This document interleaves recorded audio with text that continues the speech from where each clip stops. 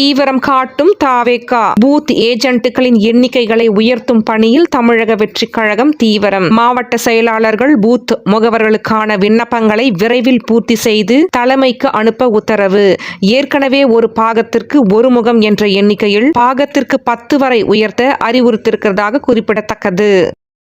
விஜய் நாளைய முக்கிய ஆலோசனை. சென்னை பனையூரில் நாளை டிசம்பர் 11 தாவேகா மாநில நிர்வாகிகள் மற்றும் மாவட்ட செயலாளர்களுடன் அவசர ஆலோசனை கூட்டம் நடைபெற உள்ளது.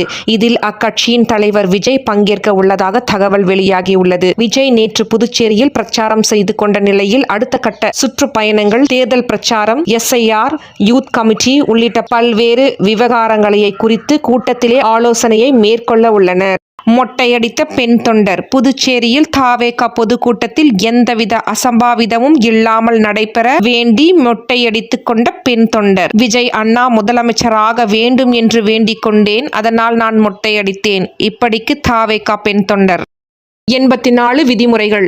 ஈரோட்டில் தாவேகா தலைவர் விஜய் பங்கேற்கும் பொதுக்கூட்டத்திற்கு காவல்துறை சார்பாக 84 விதிமுறைகள் விதிக்கப்பட்டிருப்பதாக தெரிவிக்கப்பட்டுள்ளது. அக்கட்சியின் தலைமை ஒருங்கிணைப்பாளர் செங்கோட்டையன் இந்த பொதுக்கூட்டத்திற்கு மொத்தமாக 25,000 பேர் பங்கேற்க உள்ளனர் எனவும் தெரிவிக்கப்பட்டுள்ளார். புதுச்சேரி முதலமைச்சருக்கு விஜய் நன்றி. மாற்றுக் கட்சி நடத்தும் கூட்டத்திற்கு புதுச்சேரி அரசு முழு ஒத்துழைப்பு. தன்னெழுச்சியாக வரும் மக்களையே புதுச்சேரி அரசு தடுக்கவில்லை. புதுச்சேரி அரசை பார்த்து தமிழ்நாடு திமுக அரசு கற்றுக்கொள்ள வேண்டும்.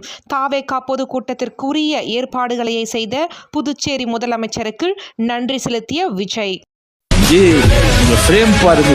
அன்று வரலாற்றை உருவாக்கிய குரல் எம்ஜிஆர், இன்று வரலாற்றை மீண்டும் எழுப்பும் குரல் விஜய்.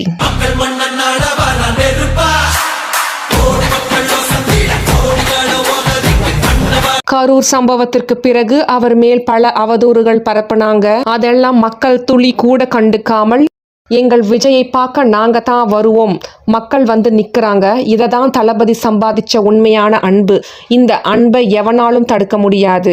புதுச்சேரியை கண்டு கொள்ளாத மத்திய அரசு. கூட்டணி அரசில் இருந்தாலும் புதுச்சேரியை மத்திய அரசு கண்டு கொள்வதில்லை. புதுச்சேரியில் மாநில அந்தஸ்து கோரிக்கைகளையே மத்திய அரசு நிறைவேற்ற வேண்டும். தாவேகா பொதுக்கூட்டத்தில் விஜயின் பேச்சு.